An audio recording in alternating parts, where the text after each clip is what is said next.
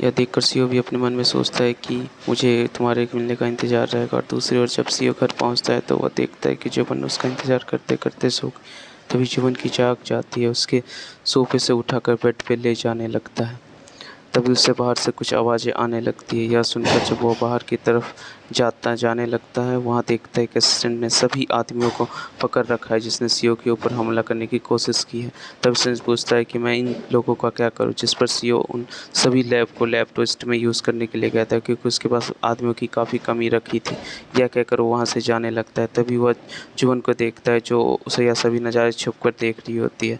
इधर सीओ को कुछ आवाज़ें सुनाई देती है। वो वापस जाकर देखता है तो उसे पता चलता है कि सभी लोग मर चुके हैं, सिर्फ एक आदमी को छोड़ के। वो आदमी काफ़ी डरा हुआ है। लग रहा था कि वो सीओ से माफ़ी मांगते हुए उसे बचाने के लिए कहता और डरते हुए कहता, मैं इन आदमियों के कहने पर काम कर रहा था। इसके तुरंत बाद ही वो आदमी भी मर जाता है। फिर जब सीओ अपने रूम में वापस आता है तो जुबन उसे देख के हल्का डर जाती है। तब सीओ पूछता है, तुम यहाँ क्या कर रही थी? जिस पर जुबन जवाब देती है, मैं तो सिर्फ तुम्हारा इंतज़ार कर रही थी। यह सुनकर सीओ उसके बालों को पीछे करने लगता है। तभी वह उसकी गर्दन पर वही तिल का निशान देखता है जो कुछ देर पहले मास्कल की गर्दन पे था। फिर वह मन में सोचता है, इसका मतलब यह तुम ही हो। मेरा शक बिल्कुल सही निकला। तभी उसके फ़ोन पे एक कॉल आता है और यहाँ उसे पता चलता है कि उसके ग्रैंडफ़ादर की तबीयत ख़राब है। यह सुनकर वह भागते हुए वहाँ पहुँचता है, जहाँ वहाँ वह बाकी सारे सिबलिंग्स देखता है। फिर वो जल्दी से अपनी फैमिली डॉक्टर को बुलाने के लिए कहता है, जिस पर पास खड़ी लड़की रूही कहती है कि कोई ज़रूरत नहीं है, इतने समय से तो इनका इलाज नहीं हुआ, अब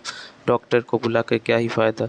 उसकी यह सारी बातें सुनकर सीओ को काफ़ी ज़्यादा गुस्सा आता हुआ रूही को फालतू की बकवास करने से मना करता है। जब रूही जुबन को देखते हुए कहती है, लड़की कौन है? जिस पर सीओ कहता है, यह मेरी गर्लफ्रेंड है, इसलिए तुम इससे दूर ही रहना। इधर जुबन अपने मन में सोचती है, ग्रैंडफादर की सांसें तो अभी तक चल रही है, फिर यह लड़की ने मारने के लिए क्यों बेचैन है। इतने में वह डॉक्टर आ जाता है और उसके ग्रैंडफादर को चेक करके बताता है कि इनकी हालत काफ़ी ज़्यादा ख़राब चल रही है, अभी कुछ भी नहीं कहा जा सकता। वो अपने मेडिसिन टाइम पे नहीं ले रहे थे, इसलिए आपको बुरे से बुरे न्यूज़ के लिए तैयार रहना होगा। उसकी सारी बातें सुनकर सीओ हैरान हो जाता है, इसलिए लग रहा था जैसे वो किसी भी पल बेहोश होकर गिर जाएगा। डॉक्टर की बातें सुनकर रूही और एक लड़का अंदर की ओर भागते हैं और ग्रैंडफादर को देखने के लिए। तब डॉक्टर सीओ को एक ईयररिंग्स दिखाते हुए कहता है, ये उनके पास मिला है।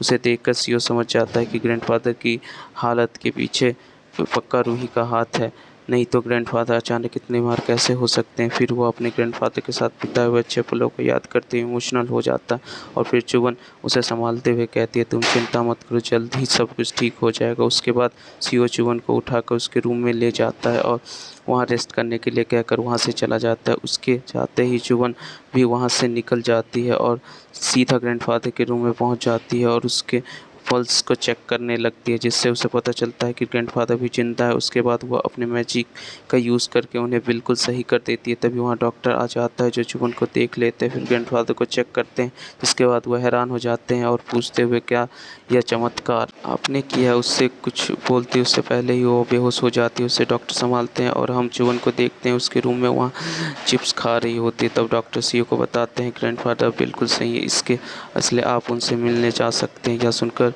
सीओ से मिलने के लिए जाने लगता है।